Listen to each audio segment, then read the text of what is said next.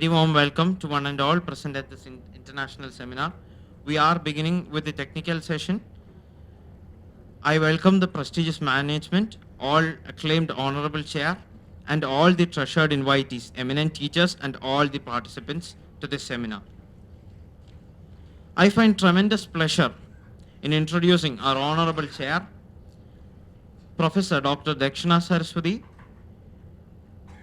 Associate Professor and General Secretary, Kerala Law Academy Law College, Dr. Girish Kumar J, Associate Professor and the Head of the Department of Law, Central University of Kerala, and Dr. Anthony P.V., Principal, Director, St. Anthony's Group of Institutions, Thrissur. Welcome, dear Chair. Welcome, respected Chair. Now, I move on to the reminders for the presentation. Each participant will be given 5 minutes to present their respective paper. A verbal intimation shall be given at the end of 4 minutes, after which the presenter has to conclude within a minute. First speaker is Laxmisree Jayantha Kumar on the topic Navigating Refugee Exodus, Dynamics, Regulations, and Ethical Solutions in Settlement. Welcome. We move quickly to Navigating Refugee Exodus, Dynamics, Regulations, and Ethical Solutions in Settlement. Laxmisree. We can reserve our comments and we can just put it together in the end. Is it okay? I think otherwise time will go like that. Thank you. Good afternoon, everyone. My paper is Navigating Refugee Exodus. Hello? Okay. So basically, I think the title is pretty self-explanatory.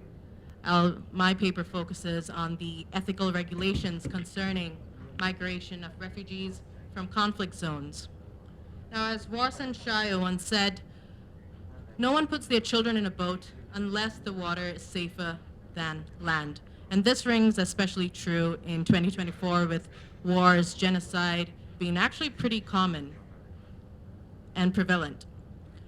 Now, according to UN, a refugee is a person you find outside their state of origin. They require international protection because there is a serious threat against their life, personal integrity, or their freedom, owing to persecution, armed conflict, and so within their country of origin. Now, in 1951, the UN did a consensus on international refugees, and it showed that there were about 2.1 million international refugees at that point of time. But in 2022, that number had surged significantly to 108 million. And in 2024, it is projected to be 130 million. Now, with the rising number of refugees and refugee migrations, the UN started formulating legal frameworks and statutory bodies such as the UNHCR, which is the United Nations High Commissioner for Refugees, and the IRO, the International Refugee Organization. With organizations like this, they started pinpointing causes of refugees migration. And I have I've pinpointed some causes with historical examples as well. One of the major causes outlined was ethical and religious tensions, which we could see with World War II. About 6 million Jews were killed, and about 300,000 to 500,000 Jews fled their countries to the UK, USA, and Palestine. We also have a pretty domestic example with the India-Pakistan partition of 1947, where 15 million people were internally displaced. The next cause that was outlined was the persecution and human rights violations. This cause could be seen with the Arab-Israeli conflict. The Arab-Israeli conflict, also known as the Nakba of 1948, caused one of the largest refugee crises, which is the Palestinian refugee crisis, with millions of Palestinians and generations of Palestinians still living in camps without an actual address or basic rights. Another major cause of refugee migration is economic hardships and poverty. That can be seen from the Cuban Revolution, where over 1.5 million Cubans had to migrate to the U.S. to escape economic hardships in their country. Another cause of refugee exodus is political instability and governance failures. This could be seen in the Hungarian Revolution of 1956, where over 200,000 Hungarians fled their country to neighboring Austria and other European countries because of political turmoil and Soviet uprisals. Now, other than all these causes, the UN came forth with a new one, a modern one, which is climate change and environmental disasters. This is because they are predicting that in the near future, this will be a major cause of migration. Now, with the UN pinpointing all these causes of migration, they started formulating a legal framework, which started with the 1951 Refugee Convention. So the 1951 Refugee Convention outlined certain basic rights and some durable solutions. The rights such as right to life and liberty, right to education, access in healthcare, livelihood, employment, etc., were outlined, along with durable solutions such as voluntary repatriation, resettlement, and integration. Voluntary repatriation involves the countries assisting refugees in going back to their country of origin when situations and conditions are favorable to them. Resettlement is a durable solution that is used only when refugees cannot assimilate into their asylum countries, and so they are moved into a third country. And then we have integration. Integration is mostly a popular solution that is used where refugees integrate and assimilate into the societies that they have fled to. Now, with durable solutions and rights like this, a lot of it was considered the bedrock of humanitarian law. But with the 1967 protocol, a lot changed.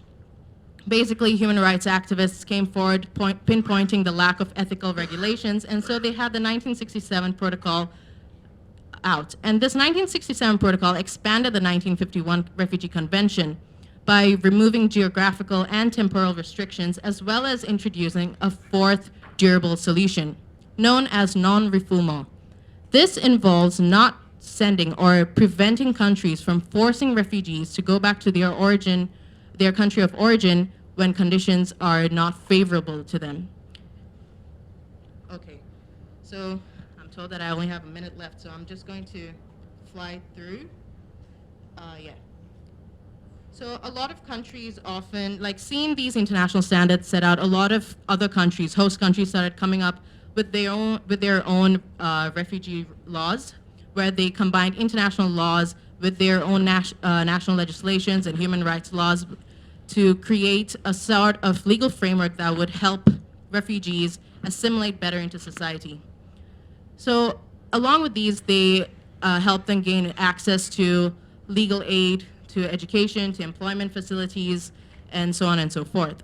Now, despite all these legal frameworks and regulations set up by host countries, there are still a lot of issues, and which is why after looking through a couple of studies, I came up with a couple of policy recommendations. The top one, which is universal adoption of refugee protection framework, many countries, including India, has not signed up in the 1951 Refugee Convention. And that is pretty bad, actually, because it allows... Any idea about the reason? Yeah, actually. So in 1951, when the Refugee Convention was made, India chose to step back because they chose to keep their framework regarding refugees flexible. Once you sign up to the 1951, you will have to follow each and every rule. So what they did was that they took a step back, made their own refugee laws flexibly. So even Otherwise, we can say there are political reasons. yeah, they're all obviously it's India. Political reasons is a thing. The most tolerant society of the Yeah, world. we try to be. We try. Emphasis on try. We have been taking in a lot of refugees, like the Chakma and Hajong nationals. Rohingya from Myanmar. We also have the Hajong and Chakma nationals from Bangladesh. We have a lot of Afghanis living in India. We have a lot of Bangladeshis, Myanmar, Nepali people living in India. They're not rigid. We didn't treat the Rohingyans No, the we way didn't. we have treated the Tibetans.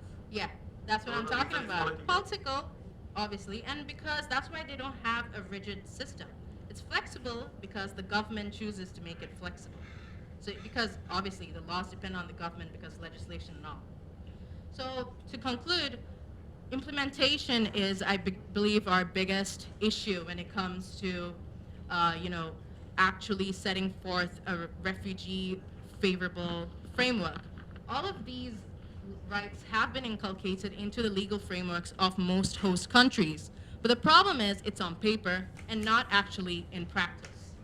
Along with this, we have these cross-sectoral collaboration, capacity building and training, and public awareness and advocacy. These three go hand in hand because this involves people educating the societies that live around refugee campuses. Where they educate them about empathy, about the trauma that refugees have gone through. And lastly, global responsibility sharing.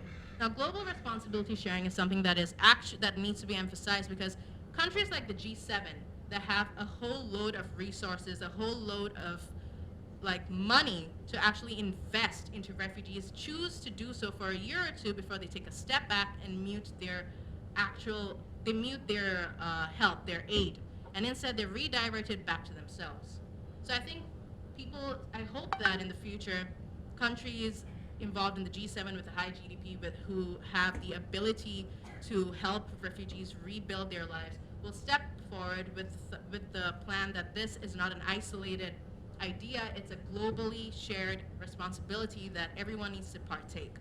And I hope all our future policies will be guided with this compassion and with our love and for humanity. That's all. Thank you.